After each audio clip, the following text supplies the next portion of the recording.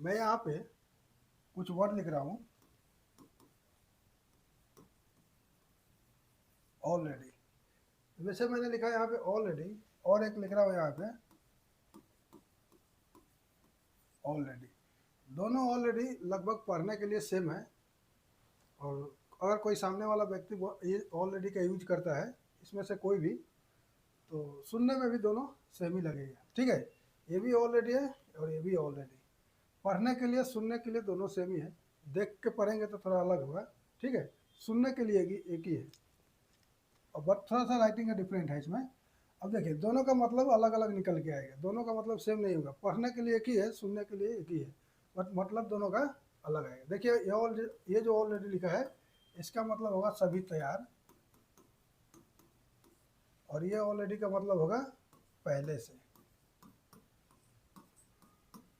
पहले से।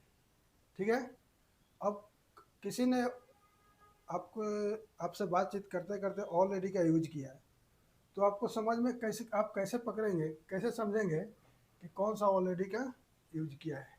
बड़ी मुश्किल है। उनके लिए मुश्किल है जो इंग्लिश में कमज़ोर है। ठीक है, जो इंग्लिश अच्छे जानते हैं उनके लिए कोई ज़्यादा परेशानी नहीं होगा, बट दोनों का मतलब अलग अलग होगा है। और पहचानेंगे कैसे, इस पर हम बात करेंगे कि किसी ने यूज किया ऑलरेडी का तो कैसे पहचानेंगे। इसमें से कुछ सेंटेंस बना के दिखाऊंगा मैं, उससे समझ में आ जाएगा आप लोगों को। ठीक है, अब जैसे मैंने इस ये ऑलरेडी का यूज कर रहा हूँ, नीचे वाला ऑलरेडी का, आई हैव ऑलरेडी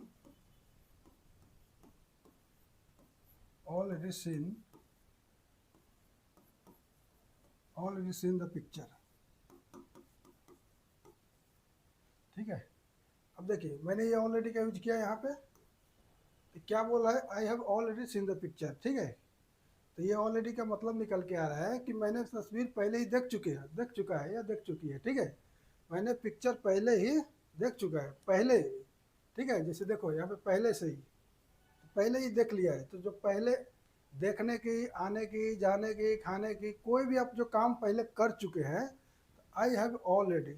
ठीक है, I have already come here, go there, जो भी आप बोल रहे हैं, मैंने पहले ही आ चुका, जा चुका है, जो भी है, तो वहाँ पे आप समझेंगे कि हमारे लिए, जैसे आने जाने की बात किया, फिर देखने की बात किया, तो आप समझ जाएंगे कि पहले ही कर चुका है किसी काम को। ठीक है, तो वहाँ पे समझ जाना है कि हमको ये ऑलरेडी का यूज हुआ है। लेकिन वही अगर सभी किसी माहौल में, जैसे जानते हैं कि किसी संख्या की, किसी नंबर की बात आती है, ठीक है, तो वहाँ पे होगा,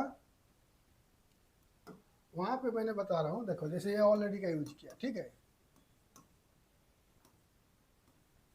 ऑलरेडी, इसका मतलब होगा सभी तैयार।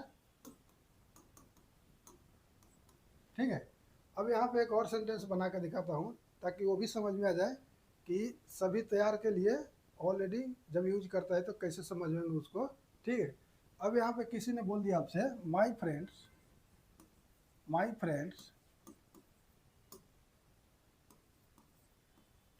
माई फ्रेंड्स आर, ठीक है, already, my friends are already, already,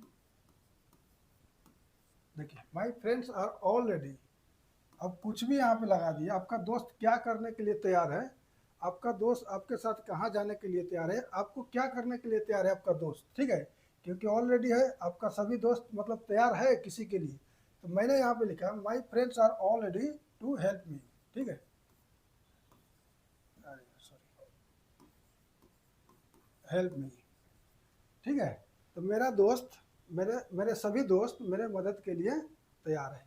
ठीक है, अब यहाँ पे देखिए कैसे मैंने समझाया, जैसे ऑलरेडी मतलब सभी तैयार, तो यहाँ पे माई फ्रेंड्स आ रहा है, फ्रेंड्स आ रहा है। ठीक है, माई फ्रेंड्स आर ऑलरेडी, मेरे सभी दोस्त तैयार हैं किसके लिए, तो हेल्प, मेरी मदद के लिए। तो ऐसे आप समझ सकते हैं।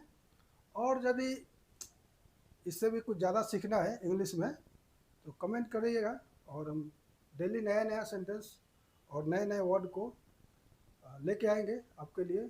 जो भाई लोग इंग्लिश में ज़्यादा कमज़ोर है उनके लिए लेके आएंगे। तो आई होप, मैं आशा करता हूँ कि आप लोग कुछ हमारे क्लास से सीखे होंगे।